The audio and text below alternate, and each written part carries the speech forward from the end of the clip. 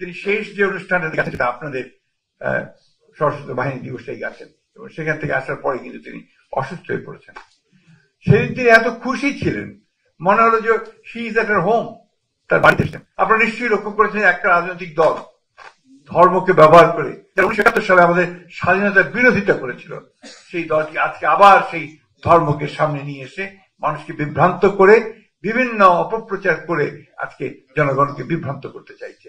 আমি খুব কষ্ট পেয়েছি আজকে এখানে বসে যে আমাদের কোন একজন কর্মকর্তা, রিটায়ার্ড কর্মকর্তা বললেন ভারতের ইঙ্গিতে আপনার আমাদের চেয়ারপারসন, অ্যাক্টিং চেয়ারপারসন সিদ্ধান্ত নিচ্ছেন। কখনোই ভাববেন না বিএনপি হচ্ছে সেই দল যে সবসময় আধিপত্যবাদের বিরুদ্ধে লড়াই করেছে, কিন্তু সেই দল যে সবসময় বাংলাদেশের স্বাধীনতার সার্বভৌমত্বের প্রশ্নে কখনো আপোষ করে না। বিএনপি হচ্ছে সেই দল যে কখনো গণতন্ত্রের প্রশ্নে কখনো মাথা নত করে। আমাদের 60 লক্ষ মানুষের বিরুদ্ধে, নেতাকর্মীদের বিরুদ্ধে মিথ্যা মামলা হয়েছে। আমাদের 20,000 নেতাকর্মী শহীদ হয়ে গেছে। আমাদের 1700 নেতাকর্মীকে হত্যা করা হয়েছে। এনফোর্সড ডিসঅ্যাপিয়ারেন্স আপনার তুলে নিয়ে যাওয়া হয়েছে। আমি জানি আমাদের এই সেনাবাহিনীর মধ্যে অনেকেই আছেন যারা ভুক্তভোগী, যারা ভীষণভাবে অত্যাচারিত হয়েছেন, নির্যাতিত হয়েছেন, দেশ ছেড়ে চলে যেতে হয়েছে। আমি যখন জেলে ছিলাম কাশিমপুরে, যে কমান্ডোদের কথা হাফিজ ভাই বললেন, সেই কমান্ডো অফিসের 5 জনের সঙ্গে আমার সেখানে অনেক দিন দেখা হয়েছে, কথা হয়েছে। তাদেরকেও সেই একই দোষে, অর্থাৎ তারা নাকি তাপসকে হত্যা করতে গিয়েছিল, এই দোষে তাদেরকে 5 বছর করে জেল দেওয়া হয়েছিল। আমি আরো অফিসারকে থেকে জানি যাদেরকে বিনা দোষে শুধুমাত্র কোন ব্যাপারে অভ্যুত্থান ঘটাতে যাচ্ছিল, এই সমস্ত দোষ দেখে তাদেরকে জেলখানায় পাঠানো হয়েছে।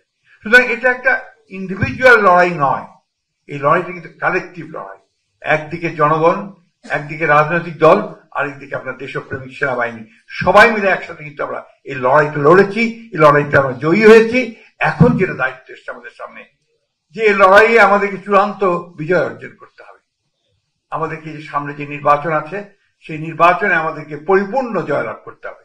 আপনারা নিশ্চয়ই লক্ষ্য করেছেন একটা রাজনৈতিক দল ধর্মকে ব্যবহার করে 1971 সালে আমাদের স্বাধীনতার বিরোধিতা করেছিল, সেই দলটি আজকে আবার সেই ধর্মকে সামনে নিয়ে এসে মানুষকে বিভ্রান্ত করে বিভিন্ন অপপ্রচার করে আজকে জনগণকে বিভ্রান্ত করতে চাইছে।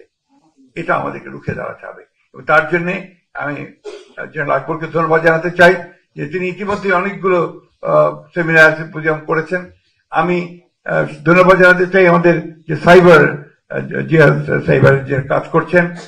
আমি মনে করি যে এই কাজটা হচ্ছে সবচেয়ে বড় কাজ এখন, কারণ সাইবার যুদ্ধে আমাদেরকে জয়ী হতে হবে। আমাদের বিরুদ্ধে আজকে যত অপপ্রচার চলছে, সবই অপপ্রচার কিন্তু হচ্ছে এই সাইবার যুদ্ধে। এটাকে ওভারকাম করার জন্য আমাদের এদের হাতকে আরো শক্তিশালী করতে হবে। আমি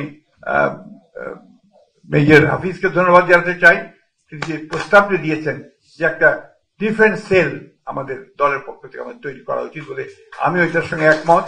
এবং সেখানে আমাদের যারা বিশিষ্ট আপনার যারা আছেন সশস্ত্র বাহিনী, তাদেরকে নিয়ে আসা। এবং আমি মনে করি যে সশস্ত্র বাহিনীর প্রায় প্রতিটি সদস্য তারা সবাই একজন বিশেষজ্ঞ, তো তাদেরকে যদি আমরা বিভিন্ন কাজে, দলের কাজে, আমরা দেশকে রক্ষা করার কাজে আমরা যদি ব্যবহার করতে পারি, নিশ্চয়ই আমরা বিএনপি উপকৃত হব। দেশের যে বেগম খালেদা জিয়া অত্যন্ত অসুস্থ, শি ইজ ক্রিটিক্যালি ইল, আপনারা সবাই তাকে দোয়া করেন। আমি এবং কাকতালীয় ভাবে দেখেন যে তিনি শেষ যে অনুষ্ঠানটা গেছেন সেটা আপনাদের সশস্ত্র বাহিনী দিবসটাই গেছেন এবং সেখান থেকে আসার পরে কিন্তু তিনি অসুস্থ হয়ে পড়েছেন। সেদিন তিনি এত খুশি ছিলেন, মনে হলো যে she is at her home, তার বাড়িতে এসেছেন। তো সেই বিষয়টা আপনারা সবসময় মাথায় রাখবেন যে this family is your family, ওই ফ্যামিলিটা আমাদের সামনে। আমরা যারা জাতীয়তাবাদের রাজনীতিতে বিশ্বাস করি, দর্শনে বিশ্বাস করি, আমরা যারা আমাদের যে আদর্শ 19 দফা কর্মসূচি আপনি বিশ্বাস করি এবং এখন যে 31 দফা কর্মসূচি আমরা দিয়েছি, এটাই নতুন বাংলাদেশ গড়ার জন্য একমাত্র একটা ম্যাগনা কার্টা বলে আমরা করি। আসুন আমরা সবাই মিলে এটাকে বাস্তবায়িত করার জন্য, দেশকে রক্ষা করার জন্য এবং এই নির্বাচনী যে যুদ্ধ, সেই যুদ্ধে যেন আমরা জয়লাভ করতে পারি, সেই হিসেবে যেন আমরা কাজ করতে পারি।